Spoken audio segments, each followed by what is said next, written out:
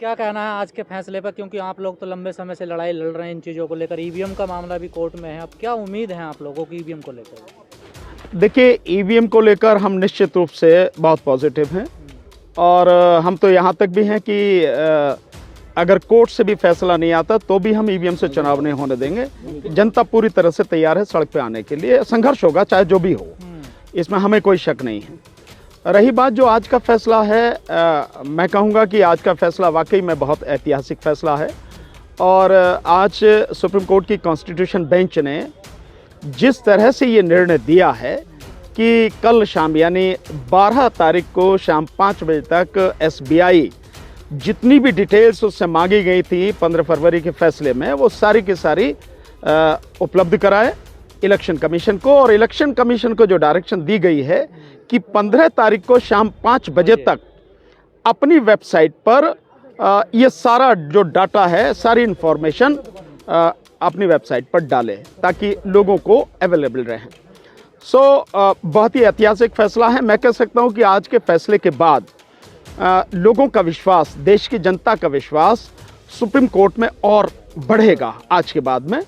बहुत अच्छा फैसला। और एक और बात इसमें बहुत अच्छी है जो कही गई है कि जो एसबीआई के एमडी है, मैनेजिंग डायरेक्टर है, उसको बहुत स्पष्ट रूप से कहा गया है कि एफिडेविट दे और ये बात एफिडेविट में लिखे कि क्यों ना उनके खिलाफ जो है कंटेम्प्ट प्रोसीडिंग्स की जाएं, क्योंकि जो आदेश 15 फरवरी का कोर्ट का था बहुत स्पष्ट था कि जो भी इंफॉर्मेशन उनके पास में है वो सारी इंफॉर्मेशन 6 तारीख तक 6 मार्च तक इलेक्शन कमीशन को उपलब्ध कराएं ताकि Election Commission within a week, एक हफ्ते में यानी 13 मार्च तक अपनी वेबसाइट पर डाल सके। बहुत स्पष्ट था वो, और कोई भी इंफॉर्मेशन ऐसी नहीं थी जो उनके पास नहीं है। कोर्ट ने अपने ऑर्डर में लिखाते हुए बहुत स्पष्ट रूप से कहा है कि जो इलेक्टोरल बॉन्ड है उस पे जो एक यूनिक आइडेंटिफिकेशन नंबर है वो है, और जिस समय इलेक्टोरल बॉन्ड जारी किया जाता है केवाईसी और रसीद वगैरह दी जाती है, ये सब इंफॉर्मेशन है जो अवेलेबल है उनके पास में। और इसके साथ साथ जब जिस अकाउंट में वो बॉन्ड कैश कराया जा रहा है वो भी इंफॉर्मेशन है। अगर देखें तो केवल जैसे इलेक्शन कमीशन के वो एसबीआई कहता है कि 29 ब्रांचों में ये इलेक्टोरल बॉन्ड जो है वहाँ से इशू किए गए, तो सारी इंफॉर्मेशन उनके पास में है। कोर्ट ने बहुत स्पष्ट कहा कि कोई ऐसी इंफॉर्मेशन है जो मांगी कोर्ट ने कि जो उनके पास नहीं है, रेडिली अवेलेबल है और 1 घंटे में वो दे सकते हैं, सारी कंप्यूटर पे अवेलेबल है। लेकिन सरकार क्योंकि बेईमान है, देश का प्रधानमंत्री बेईमान है, और वो जिसने मतलब जिन लोगों के साथ मिलके इस देश के साथ में गद्दारी की है, जो पैसा जो है मतलब उनसे लिया गया है और उनको जो काम उनका किया गया है, ये सारी चीजें सामने आएंगी तो प्रधानमंत्री नंगा होगा। इसलिए वो सारी प्रधानमंत्री को बचाने के लिए, मोदी सरकार को बचाने के लिए ये इंफॉर्मेशन, ये चाल जो है चली गई है। और ये सरकार की एसबीआई को मोहरा बनाकर ये चाल मोदी की है। बहुत सीधे शब्दों में अगर कहा जाए, एसबीआई की क्या औकात है कि अगर कॉन्स्टिट्यूशन बेंच की बात ना माने, लेकिन कोई है उसके पीछे, और कौन होगा, किससे छुपाया जाएगा, किसके नंगे होने का डर है, वो है देश का प्रधानमंत्री, उसके नंगे होने का डर है। इसलिए वो इतनी हिमाकत एसबीआई ने की है। पर मैं समझता हूँ जो आदेश है बहुत स्पष्ट है। कल तक सारी चीज़ें इलेक्शन कमीशन तक पहुंच जाएंगी और 15 तारीख तक आई होप कि सारी इंफॉर्मेशन होंगी। हो सकता है कोई और तिकड़मबाजी ये करें, पर कोर्ट अब इस मूड में नहीं है कि इनकी बात सुने भी। तो क्या सर, जो लगातार कोर्ट से विश्वास लोगों का उठ रहा था वो विश्वास अब बरकरार नहीं, मैं मानता हूं कि आज के फैसले के बाद, पहले तो 15 तारीख का जो बॉन्ड पर फैसला हुआ है उससे विश्वास बढ़ा है, पर आज जिस तरह से उन्होंने बहुत स्पष्ट रूप से उनकी एप्लीकेशन एसबीआई की डिसमिस की है और कहा है कि भाई सब इंफॉर्मेशन आपके पास है, तुरंत इसे दो, कल शाम तक का समय दिया है, और कंटेम्प्ट प्रोसीडिंग्स के लिए भी कहा है, और इलेक्शन कमीशन को केवल 15 तारीख तक का समय दिया है, तो निश्चित रूप से लोगों का विश्वास कोर्ट में बढ़ेगा, सुप्रीम कोर्ट के प्रति लोगों का विश्वास बढ़ेगा। कल आज के फैसले आज कहा कि हमें कोई दिक्कत नहीं है डाटा देने में, तो फिर इतना दिन का समय क्यों मांग रही थी एसबीआई? नहीं, देखिए, समय क्यों मांग रही है, समय कब का मांग रहे हैं? समय मांग रहे हैं 30 जून का, इलेक्शन मई तक हो जाने हैं। इलेक्शन होने के बाद इन्हें मालूम है कि ईवीएम से अगर चुनाव होता है तो मोदी जीत के आवेगा, फिर इन्हें बचा लेगा, इन्हें कोई दिक्कत नहीं, इसलिए 30 जून तक का समय मांगा जा रहा। नहीं तो समय मांगने का क्या मतलब है? आपके पास अब 21 दिन का समय आपको ऑलरेडी दिया गया, आपको डाटा सारा उपलब्ध कराना चाहिए था, आपके पास सब कुछ है। और जब एसबीआई अपने एफिडेविट में कह रहा है कि जो स्टेट बैंक की बॉम्बे की मेन ब्रांच है उसमें सारे जो पेपर्स है, सारे डॉक्यूमेंट अवेलेबल हैं, अबे तो एक ब्रांच से लाकर यहाँ दिखाने में क्या दिक्कत है, उसको देने में क्या दिक्कत है?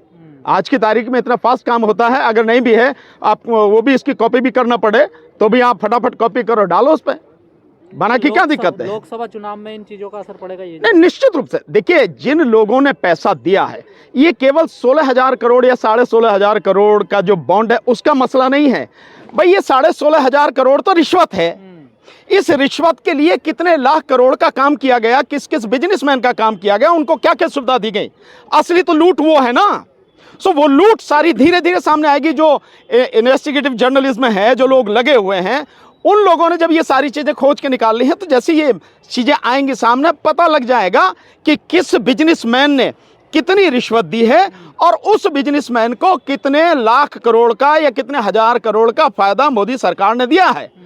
और जब ये सारी चीजें आएंगी तो इलेक्शन से पहले किसी प्रधानमंत्री का जो हर चीज को छुपा रहा है उसका नंगा हो जाना जनता के सामने, असर पड़ेगा इसका, और बहुत गहरा असर पड़ेगा। इसलिए ये सारी की सारी चीजें छुपाई जा रही हैं। और इसके साथ और भी मैं बता रहा हूं, अगर जिस तरह से कोर्ट ने ये किया है, ईवीएम के विषय में भी अगर ऐसा ही फैसला आ गया तो सरकार पूरी तरह से नंगी हो जाएगी, भाग जाएगा देश छोड़ के, मोदी भाग जाएगा देश छोड़ के, क्योंकि 40 से ज्यादा सीट मिलेंगे नहीं।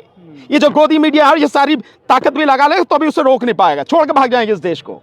तो ये स्थिति इनकी। सुप्रीम कोर्ट को इसी बात का डर सता रहा है, इसलिए उसको गैर संवैधानिक घोषित कर दिया। किसको? चुनावी बॉन्ड को। नहीं, सुप्रीम कोर्ट को डर नहीं है, सुप्रीम कोर्ट को डर नहीं सता रहा। सुप्रीम कोर्ट की जिम्मेदारी है कि सच लोगों के सामने आए, और जो फैक्ट आ रहे हैं उसी को कोर्ट ने कहा कि भाई बताओ इसमें क्या दिक्कत है।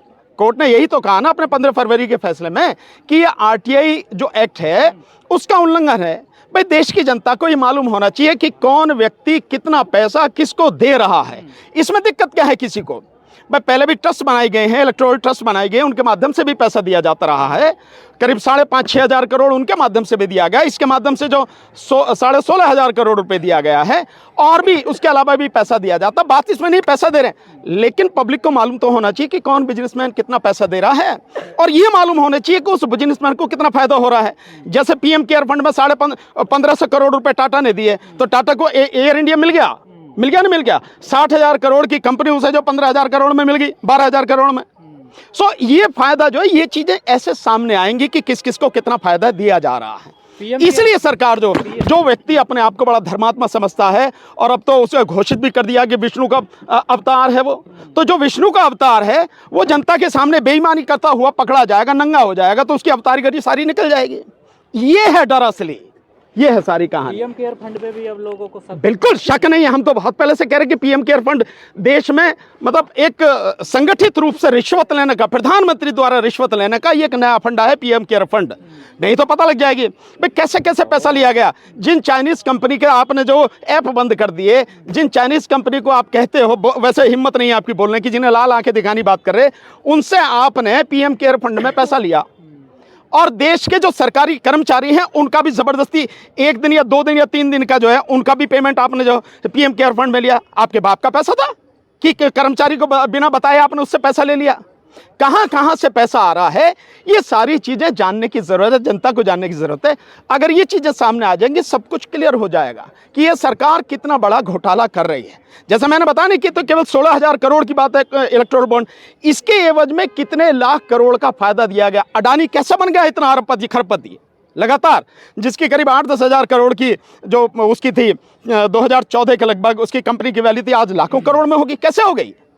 कैसे होगी अंबानी की वो सारी जो ये वैल्यू बढ़ती चली जा रही है? तो ये सब कुछ पता लग जाएगा, इसलिए है ये सारा, इसका महत्व ये है। सर एक आखिरी सवाल, चुनाव आयुक्त ने इस्तीफा दे दिया अचानक, कोई रीजन भी नहीं बताया? नहीं देखो, मैं नहीं जानता कि रीजन क्या है। हम लोग सब लोग कल्पना कर सकते हैं या गैस कर सकते हैं कि भाई क्या कारण हो सकता, पर मैं ये मानता हूं कि कुछ ना कुछ ऐसी बात होगी जो ये सरकार इस इलेक्शन में कराना चाह रही होगी, और वो हो सकता है उसका अंतर्मन जाग गया हो और वो उतना करने को तैयार ना हो। भाई बेईमानी एक सीमा तक तो कर सके, आटे में नमक तो चल जा, नमक ही नमक करवाने की अगर बात करो, क्योंकि बिना नमक करवाए तो जीतते नहीं सरकार। सो जब आप इतनी बात करो तो हो सकता है वो नहीं, भाई इतना नहीं करेंगे, बेईमानी थोड़ी बहुत तो ठीक है, लेकिन इतना पूरा ही कर लो, हो सकता है इसलिए उसने दिया हो। लेकिन एक बात तो जरूर है कि देश में जो सारा सब कुछ चल रहा है, इलेक्शन कमीशन गंभीर सवालों के घेरे में है और दुनिया के सामने उसकी बेईमानी और सरकार के साथ उसका गठबंधन धीरे बिल्कुल साफ हो रहा है, इसमें कोई शक वाली बात रही नहीं है। सो कोई कारण जरूर है, देर सवेर जनता के सामने आएगा। जो खोजी पत्रकारिता के लोग हैं वो लाएंगे खोज के, बताएंगे कि असली कारण क्या है। लेकिन गंभीर स्थिति है कि चुनाव से ठीक लगभग एक हफ्ते पहले ही ये सब कुछ हो रहा है। ये एक रिटायर हो गया और दूसरा इस्तीफा देकर भाग गया। ये वही आदमी है जिसको लेके आए 24 घंटे में, जिसकी फाइल क्लियर करके और इलेक्शन कमीशन बना दिया, जिसके सुप्रीम कोर्ट ने भी 10 सवाल पूछे जिनका जवाब आज तक नहीं दे पाए वो। तो वो सारी चीजें हैं और देश की जनता को इस पर बारीकी से नजर रखनी चाहिए, क्योंकि देश के अस्तित्व का सवाल है। चंद लुटेरे, चंद गुंडे, चंद बेईमान सत्ता में बैठे हुए लोग देश को गुमराह करें, देश को लूटें और देश में मतलब ज़बरदस्ती दंगा कराने का प्रयास करें और देश में खून खराबा कराने का प्रयास करें, उससे देश को सावधान रहने की ज़रूरत है। वैसे मैं एक इन्फॉर्मेशन आपको बताता हूँ, सरकार जो है देश में दंगा कराने की फिराक में है। दक्षिण भारत और उत्तर भारत दोनों जगह, कहीं भी हो सकता है, दोनों जगह भी हो सकता है, चुनाव से पहले इस तरह की रणनीति बन रही है। चलिए ठीक, धन्यवाद सर। एक सवाल